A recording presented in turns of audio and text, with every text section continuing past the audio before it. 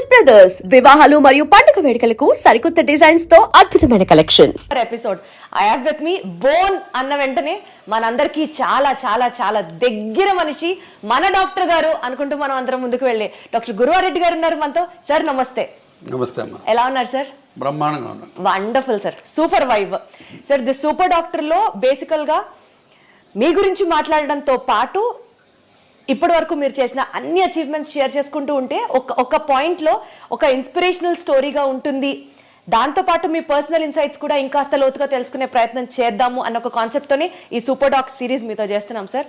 To start with, to become an orthopaedic surgeon, what's your inspiration sir? కరెక్ట్గా చెప్పాలంటే inspiration ఏం లేదు, డిస్పిరేషన్. అంటే రోడ్డు మీద యాక్సిడెంట్స్ ఉంటాయి కాబట్టి ఇండియాలో ప్రాక్టీస్ కొదవలేదు ఎముకలు ఎరగడానికని ఆ ఉద్దేశంతో ఆర్థోపెడిక్ సెలెక్ట్ చేసుకున్నాను నేను. అంతేగాని ఆర్థోపెడిక్స్ ఇన్స్పిరేషన్ వచ్చి ఎవరినో చూసి ఎక్సైట్ అయిపోయి ఎప్పుడు చేయలేదు. అప్పుడు బ్రతుకు తెరువు కోసం ఇది కరెక్ట్ బ్రాంచ్ అనిపించింది, అది చేసుకున్నాను. సార్ ఒకవేళ డాక్టర్ అయ్యి ఉండకపోతే ఏం చేసి ఉంటారు sir? What else career would you choose? Collector కావాలని ఉండేది. Collector? Yeah, I want to become an IAS. But నాకు అన్ఫార్చునేట్గా ప్రాపర్ గైడెన్స్ లేక ఆ డైరెక్షన్లో వెళ్ళలేకపోయాను. లేకపోతే I wanted to be an IAS. రోజు మొత్తంలో సుమారుగా ఎన్ని సర్జరీస్ చేస్తారు సార్? 20-25 సర్జరీస్. సో అన్ని సర్జరీస్ చేసిన తర్వాత టైర్డ్ అయిన తర్వాత what would be your relaxing trend sir? అదే మ్యూజిక్ వినడం, బుక్ చదువుకోవడం, లేకపోతే ఎక్వేరియం ఫిష్ చూడటం. ఫిషెస్ చూస్తే you become happy again sir? Very relax. అదేం థియరీ ఉంది చెప్పండి? ఏం థియరీ ఉంది అంటే ఇన్ బిట్వీన్ ది సర్జరీస్ ఓపీడీలోకి వచ్చిన ప్రతి ఓపీలో నాకు ఎక్వేరియం ఉంటుంది. ఏ హాస్పిటల్లో ఎక్కడ కన్సల్టింగ్ రూమ్ అన్నా ఒక ఎక్వేరియం ఉంటుంది. ఆ ఫిష్ అటు ఇటు పోతూ ఉంటే అటు వెనకాల చూస్తా కూర్చుంటాను నేను. That is the biggest relaxation for me.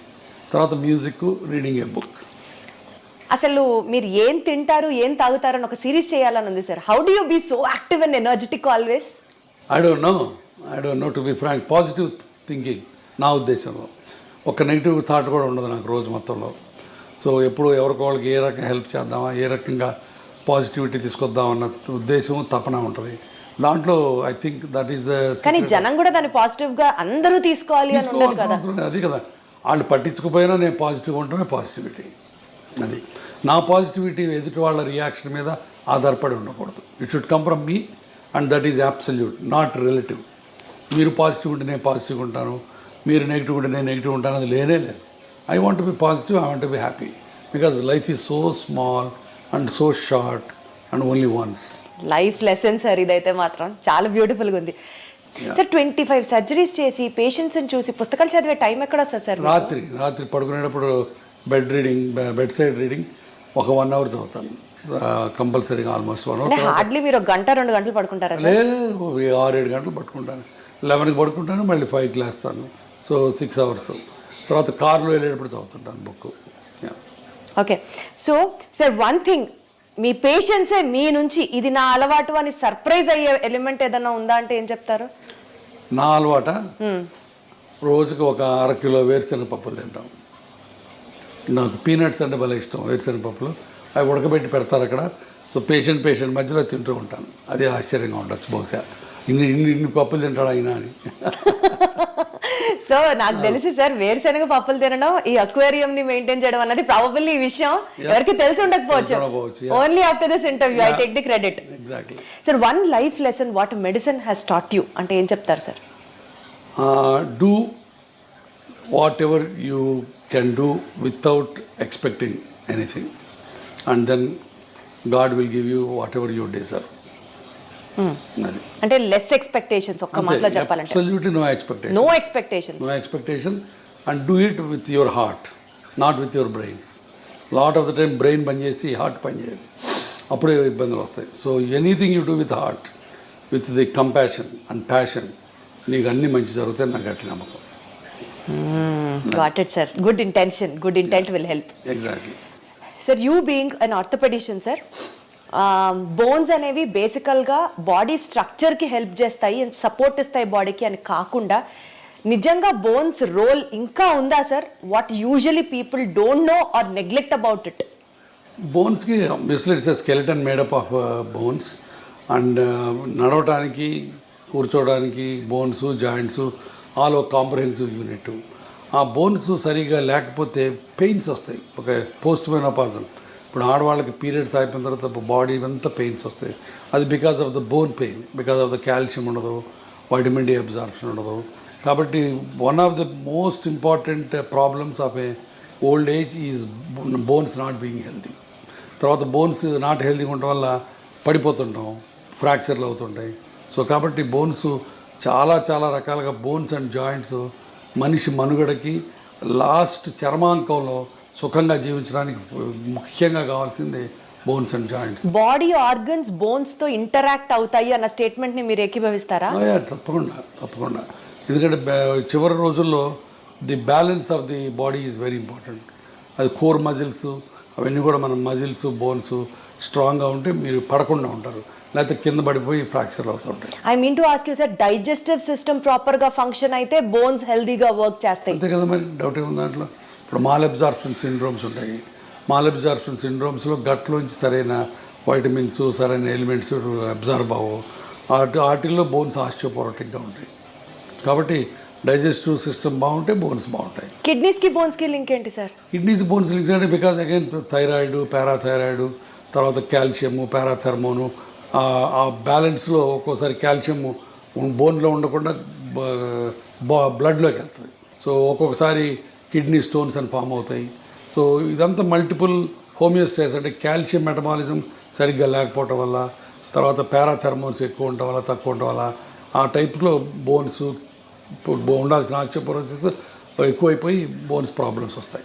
So calcium metabolism disturbance ఉంది ఒక ప్రాబ్లం, కిడ్నీలో ఒక కాళ్ళ బోన్స్లో ప్రాబ్లమ్స్ వస్తాయి. బేసికల్గా ఈ calcium metabolism, vitamin D supplements ఏదైతే చెప్తూ ఉంటున్నారో బోన్ హెల్త్కి చాలా ఇంపార్టెంట్ అని, ఏ ఏజ్ నుంచి ఎవ్రీ టైమ్ ఈ సప్లిమెంట్స్ తీసుకుంటూ ఉండాలంటారు sir? Calcium and vitamin D age of 16 to 60 easy to remember. 16 ఏళ్ళ నుంచి 60 ఏళ్ళ దాకా ప్రతి ఉమెన్ సప్లిమెంటల్ కాల్షియం తీసుకోవాలి. Vitamin D sir? Vitamin D depends on again, but of course vitamin D ఇప్పుడు ఇండియాలో 80% ఆఫ్ పీపుల్కి deficient, what ever the reasons.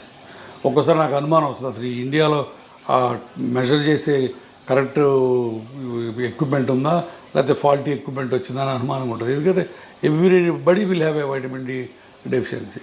So vitamin D రెగ్యులర్గా తీసుకోవడం కంటే కూడా పీరియడ్కి ప్రకారం తీసుకోవాలి on the prescription of the either endocrinologist or an orthopedic surgeon. Sir, I don't know if it is right or wrong, but lung diseases unte they are more prone to risk of fractures anna mataki relevance unda sir?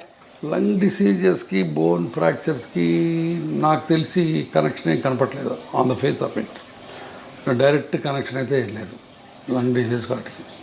Sir, neurological condition, stress ఎక్కువ ఉన్నప్పుడు does it have an impact on the bone density or the bone strength? న్యూరలాజికల్గా కూడా డైరెక్ట్గా ఉండదు bones మీద, but ఒక్కొక్కసారి కొన్ని ప్రాబ్లమ్స్లో పార్కిన్సోనిజము అట్లాంటివి, అట్లంటే where you are not walking too much, you are sitting in a sedentary style, then the bones will lose calcium and osteoporosis వస్తుంది. అచ్చా, so there is an indirect link అనే చెప్పొచ్చు. సో బాడీలో ఇన్ఫ్లమేషన్ ఉన్నప్పుడు sir, ఇప్పుడు non inflammatory diet తినండి అని అందరినీ ప్రమోట్ చేస్తున్నారు భయంకరంగా. Does really inflammation in the body effect the bone health? Not much. Inflammation అనేది ఒక మజిల్స్కి జాయింట్స్కి సంబంధించింది.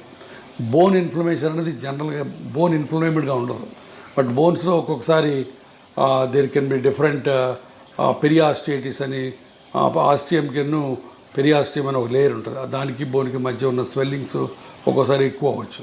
అట్లాంటి వాటిని పెరియాస్టైటిస్ అంటారు. బాగా షిన్ పెయిన్స్ ఉంటాయి, అట్లాంటివి రావచ్చు. అది కూడా calcium, vitamin D, metabolism disturbance వల్ల రావచ్చు. సో అంటే ఆ న్యూరలాజికల్ ఇంపాక్ట్ ఉన్నట్టా లేనట్టా sir? How do we conclude? డైరెక్ట్గా న్యూరలాజికల్కి బోన్స్కి కనెక్షన్ ఉండదు. అంటే స్ట్రెస్ ఉంటే బోన్ పెయిన్ ఎక్కువ అవుతుంది, స్ట్రెస్ ఉంటే అన్ని బాడీలో అన్ని పెయిన్స్ ఎక్కువ అవుతాయి. అర్థమైందా? మస్క్యులర్ పెయిన్ ఎక్కువ అవుతుంది, తలనొప్పి వస్తుంది, మైగ్రేన్స్ వస్తాయి, నెక్ పెయిన్ వస్తుంది. అందుకని డైరెక్ట్గా బోన్ మీద, బోన్ మెటబాలిజం మీద డైరెక్ట్ రిలేషన్స్ ఏం లేవు. బట్ ఇండైరెక్ట్గా ఇప్పుడు న్యూరలాజికల్ ప్రాబ్లం వచ్చింది, స్ట్రోక్ వచ్చింది, patient is SIT confined to the bed, అప్పుడు బోన్స్లోంచి ఆస్టియోపోరోసిస్ స్టార్ట్ అవుతుంది. Got it sir. సార్, మీరు కొన్ని లక్షల మంది పేషెంట్స్ని చూసుంటారు over your experience. Basic points patients overlook అయిపోయేది లైఫ్ స్టైల్లో, డెస్పైట్ ఆఫ్ మీరు చాలా వీడియోస్ కూడా చేశారు, సిట్టింగ్ పోస్టర్ దగ్గర నుంచి you have to walk this way, you have to SIT this way అని చాలా చెప్తూనే ఉంటారు. Despite of all your me guidance కాకుండా కూడా పేషెంట్స్ వాళ్ళ లైఫ్ స్టైల్లో ఓవర్లుక్ చేసే పాయింట్స్ ఏంటి సార్? మెయిన్ పోస్చర్, మనం ఇందాక కూడా పోస్చరు, మరి నేను చెప్పినట్టు ఇలా స్ట్రైట్గా కూర్చోరు, ఎప్పుడు అందరూ ఇలా వంగి కూర్చుంటారు, వంగి నడుస్తారు. సో పోస్చర్ ఒకటి మెయిన్, బాగా అందరూ నెగ్లెక్ట్ చేసేది posture. Number 2, lack of exercises. అసలు ఎక్సర్సైజులు, చిన్న ఎక్సర్సైజెస్ కూడా చేయకుండా సెడెంటరీ లైఫ్ స్టైల్లో కూర్చుంటారు. అది number 2. Number 3, abuse of the joints. ఇప్పుడు కింద కూర్చొని ఇండియన్ టాయిలెట్ లేకపోతే కింద బాచపట్టు వేసి కూర్చుంటే మోకాళ్ళ మీద లోడ్ పడుతుంది, అది మంచిది కాదు. సో అది తెలియదు చాలామందికి. అట్లానే నడుముకి ముందుకు వంకి కూర్చుంటే నడుము మీద పాడైపోద్ది, అట్లానే మెడ ముందుకు వెళ్తే మెడ పాడైపోద్ది. సో ఇవన్నీ కూడా తెలియక చాలామంది they keep on repeating the mistakes in the daily activities. Sir 10,000 steps నడిస్తే you will be healthy all over అన్నది జనరల్గా చెప్పిన మాట. బట్ హై ఇంటెన్సిటీ ఎక్సర్సైజెస్ చేస్తే మోకాళ్ళు అరిగిపోతాయి, 10,000 అడుగులేస్తే మోకాళ్ళు అరిగిపోతాయి, ఎక్కువ వెయిట్స్ ఎత్తితే స్ట్రెంథనింగ్ ఎక్సర్సైజెస్ చేస్తే మోకాళ్ళు అరిగిపోతాయి. వీటిలో ఏది కరెక్ట్ సార్? చెయ్యాలని కొందరు, చేయకూడదని కొందరు, కరెక్ట్ చెప్పండి సార్. మోకాళ్ళు అరగడానికి మెయిన్ కారణం number 1 age, number 2 weight, number 3 high impact activities, 3. Number 4 accidents. సరే యాక్సిడెంట్ గురించి మనం మాట్లాడుకోవట్లేదు, ఆ ఏజ్ అది తప్పనిసరి. మనం ఏజ్ అవుతుంటే బోన్స్ జాయింట్స్ అరుగుతూ ఉంటాయి. Number 2 weight is thus directly proportional or directly damaging to the bone joint health. So అది మన చేతిలో ఉంది. సో కాబట్టి మీరు ఎంత బరువు తగ్గితే మోకాళ్ళకి అంత మంచి పని చేసినట్టు. Number 3 point is abuse of the joints. Abuse అంటే ఫర్ ఎగ్జాంపుల్ మీరు ఇండియన్ టాయిలెట్లో కూర్చున్నారనుకోండి, లేకపోతే నెలకు ఒకసారి తిరుపతి కొండ ఎక్కి దిగారనుకోండి, రోజుకి 200 సార్లు మెట్లు ఎక్కి దిగారనుకోండి, మీ మోకాళ్ళ మీద 4 రెట్లు బరువు పోతుంది. అది బయోమెకానికల్లీ ప్రూవెన్. సో దాంతో మీరు మోకాళ్ళని తొందరగా అరగొట్టుకుంటారు. చాలామంది మా తాతలు మెట్లు ఎక్కేవాళ్ళు, మా తాతలు కింద కూర్చునేవాళ్ళు, వాళ్ళకి లేని ప్రాబ్లం నాకెందుకు వస్తుంది అని చెప్పి నమ్మరు. బట్ తాతలు వేరు, మనం వేరు. వాళ్ళ దేహ దారుఢ్యం వేరు, వాళ్ళ బాడీ కాంపోజిషన్ వేరు, వాళ్ళ లైఫ్ స్టైల్ వేరు, వాళ్ళ ఫుడ్ డైటరీ హ్యాబిట్స్ వేరు, మనవి వేరు. మనం డెఫినెట్గా ఇండియన్ టాయిలెట్లో కూర్చున్న, మెట్లెక్కి దిగిన 4 రెట్ల బరువు మోకాళ్ళ నుంచి పోద్ది. That is a proven biomechanical thing. So కాబట్టి అది చేయకూడదు. సో అది చాలా చాలా జాగ్రత్తగా చాలా మెట్లు ఎక్కి దిగకుండా ఎవరికి అసలు ఇంపాసిబుల్ కాబట్టి వీలున్నంత వరకు, ఇంపాసిబుల్ అంటే వీలున్నంత వరకు. సో అది ఎక్కి దిగాలని రూల్ ఏం లేదు. చాలామందికి ఎక్కి దిగితే మంచిది, హెల్త్ మంచిది అంటారు. సో కొంతమంది అసలు లిఫ్ట్ ప్రిఫర్ చేయరు. My doctor advisor me to use only lifts, నేను I don't use the lifts అని చాలామంది అంటారు. That is a wrong concept. ఎందుకంటే ఇప్పుడు కార్డియాలజిస్ట్కి మాకు ఇప్పుడు తగదాలు. కార్డియాలజిస్ట్ ఏమో నడవమంటాడు, మెట్లు ఎక్కమంటాడు, లిఫ్ట్ ఎక్కద్దు అంటాడు. నేనేమో లిఫ్ట్ వాడద్దు, మెట్లు వాడద్దు, లిఫ్ట్ వాడమంటాను. కారణం ఏంటంటే మెట్లకి దిగితే గుండెకి మంచిది, లంగ్స్కి మంచిది, బట్ మోకాళ్ళు బ్యాడ్ అయిపోద్ది. సో అన్ని బాడీలో అన్ని ఆర్గన్స్కి కాపాడి స్టిల్ ఎక్సర్సైజ్ ఇచ్చేది 2 బ్రిస్క్ వాకింగ్ అండ్ సైక్లింగ్ ఒకటి. ఈ రెండు మీకు బాగా ఉపయోగపడతాయి.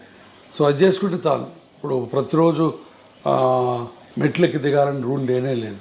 సార్ కొన్నిసార్లు మీ ఫ్యామిలీ గురించి, మీ పర్సనల్ స్పేస్ గురించి మీరు మాట్లాడినప్పుడు చాలా కంపాషనేట్గా మాట్లాడుతున్నట్లు అనిపిస్తుంది. ఈ field especially in the terms of medical field, hospitals, costly hospitals, rich is everything, కంపాషనేట్గా అనిపిస్తుందా సార్, లేకపోతే కమర్షియలైజ్ అయింది కల్చరు అన్న ఫీలింగ్ మీకు ఎప్పుడైనా వచ్చిందా? కంపాషన్ అనేది గుండెలోంచి రావాలి, కమర్షియల్ అనేది బ్రెయిన్లోంచి. ఇందాక మనం అనుకున్నట్టు ఇది కమర్షియల్ వరల్డే, but still you can be kind, you can be compassionate. That's what it is. ఇప్పుడు మా హాస్పిటల్ ఉంది, మేమే చారిటీ కాదు.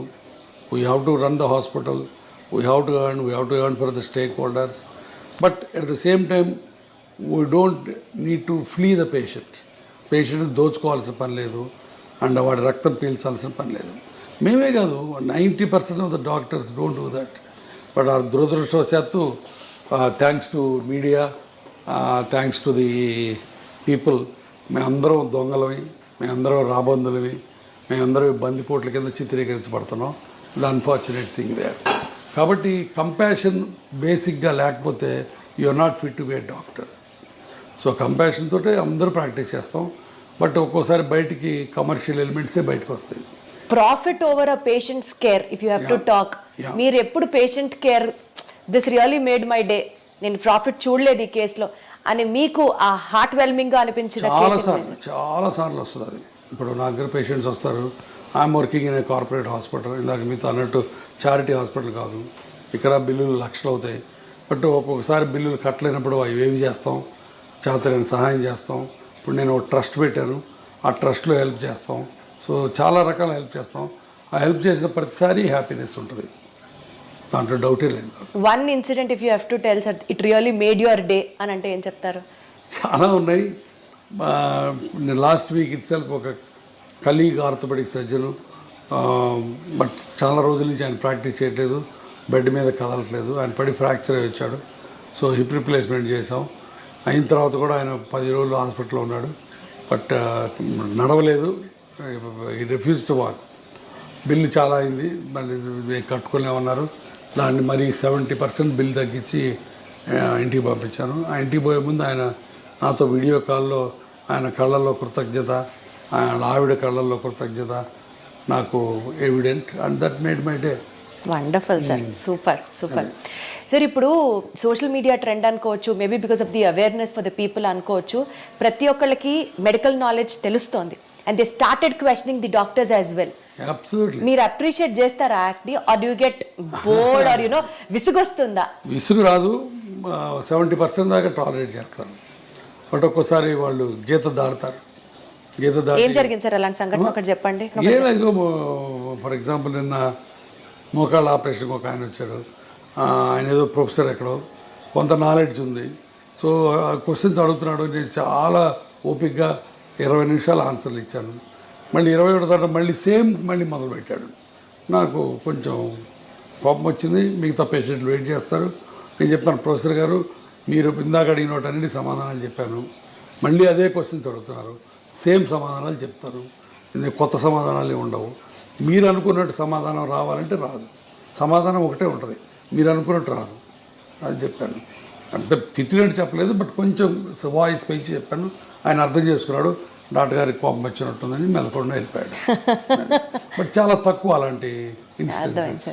సార్ బేసికల్గా మీరు అన్ని ఇయర్స్ మెడిసిన్ చేసి అంతమందితో యూనో చూసి పేషెంట్స్ని చూసి ఒక డెసిషన్ తీసుకుంటారు సార్, మెడికల్ డెసిషన్. అన్ఫార్చునేట్లీ అది మీడియా వల్ల కానీ పబ్లిక్ వల్ల కానీ మిస్అండర్స్టాండ్ అయిన సిచ్యువేషన్స్ ఉన్నాయా? ఉన్నాయండి. ఇప్పుడు నేను ఒకసారి అంతకుముందు కూడా చెప్పాను, ఒక పేషెంట్కి కాలు ఇరిగి వేరే హాస్పిటల్లో ట్రీట్మెంట్ చేసుకుంటే ఆ కాలు అంతా డెడ్ అయిపోయినట్టు అయిపోయింది, వుడెన్ ఇండ్యూరేటెడ్గా అయిపోయింది. దాన్ని మనం కంపార్ట్మెంట్ సిండ్రోమ్ అంటాం. అతను నా దగ్గరకు వచ్చాడు, కాలు తీసేయమంటున్నారు సార్ మిగతా వాళ్ళు, మీరేంటని. నేను కాలు తీయక్కర్లేదు అని చెప్పి 3 నెలల పాటు లిటరల్గా సాకాను ఆ కుర్రాడిని. సాకడం అంటే ఏదో కుర్రాడు తమ్ముడిని కొడుకుని చూసుకున్నట్టు చూసుకొని అతనికి హైపర్ బ్యారిక్ ఆక్సిజన్ కావాలంటే ఇక్కడ, లేకపోతే వేరే ఇంకొక మిలిటరీ హాస్పిటల్కి పంపించి అన్ని రకాలుగా చేశాను. బట్ చివరికి అతను వెళ్ళి 3 టీవీ స్టేషన్స్లో ఇంటర్వ్యూలు సంపాదించి కూర్చొని గురువారెడ్డి మంచోడు కాదు, నా కాల్ని పాడు చేశాడు అని చెప్పాడు. So 3 interviews. బట్ ఆ రోజు చాలా బాధేసింది. బట్ ఆ రోజు ఒక రకంగా నాకు లిబరేట్ కూడా అయిపోయాను. ఇంత కష్టపడి ఇతనికి చేసాం, ఇతను ఇలా చేశాడు, అయినా సరే మన పని మనం చేయాలి.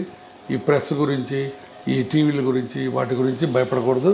నీ ఆత్మకి నువ్వు గట్టిగా ఉన్నంతకాలం వీటి గురించి భయపడకూడదని ఒక రకమైన తెగింపు, ఒక రకమైన స్వాతంత్రం, ఒక రకమైన లిబర్టీ, ఒక రకమైన ఏమంటుందాన్ని కమ్ వాట్ మే అన్న యాటిట్యూడ్ వచ్చింది. సో అది ఒక రకంగా మంచిదైంది నాకు.